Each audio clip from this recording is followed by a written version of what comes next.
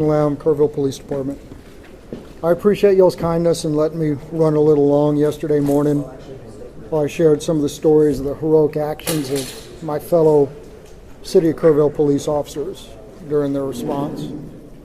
I know those are things that our community has seen, and we felt it was important to share that with the public.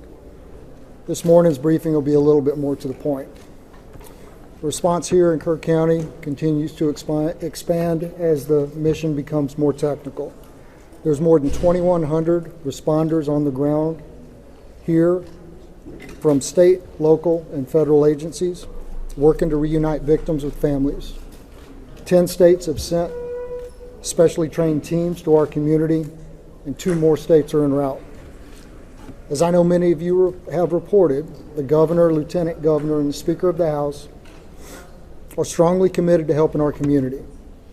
And we're grateful that they're making our recovery a priority in the upcoming special legislative session. Our City of Kerrville and Kerr County leadership are committed to a transparent and full review of processes and protocols. The special session is going to be a starting point for that work, but our entire focus since day one has been on rescue and reunification, which leads me to our latest report. As of 8 a.m. this morning, there have been 96 confirmed deaths, 60 adults and 36 children. The number of missing remains at 161, and there remain 5 campers and 1 counselor from Camp Mystic among the missing. If family members had reported a loved one missing and they've returned safely, we ask that you notify us through kerrvillemissing@dps.texas.gov or call 830-258-1111. Again, that's kerrvillemissing@dps.texas.gov or call 830-258-1111.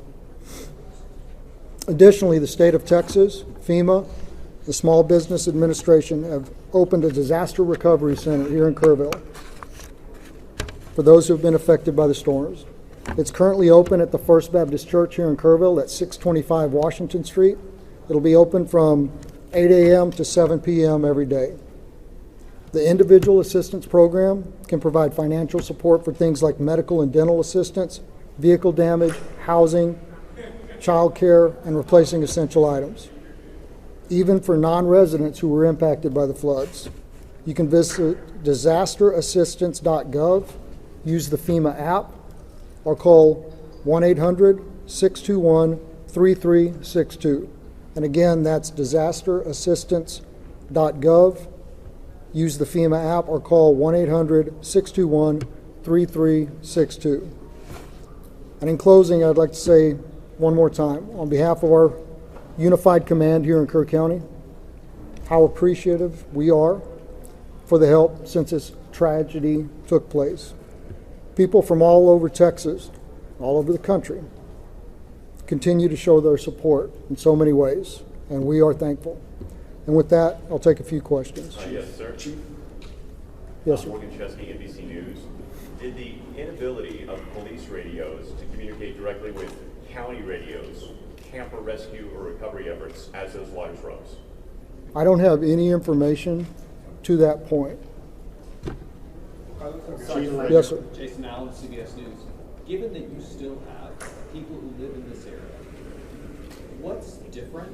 What changes have been made to ensure you get heavy rain again a week from now, a month from now, you don't wind up in the same situation?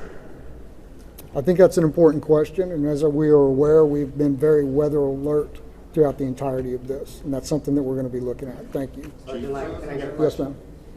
Amp Johns, News 4 San Antonio. What can you tell us about the current search area, how large it is, how much of it has been searched, and how exactly does the grid system work for something like this? So the last part of your question again, please.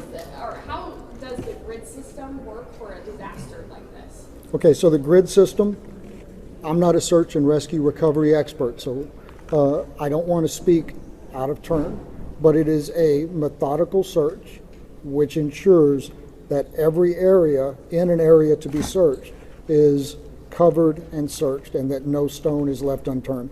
Unfortunately, I don't have a exact number of how many miles of river that we've searched or how many people who have been out there. I just don't have that information for you, but I'm happy to follow up. Sir, Last question. This will be last question.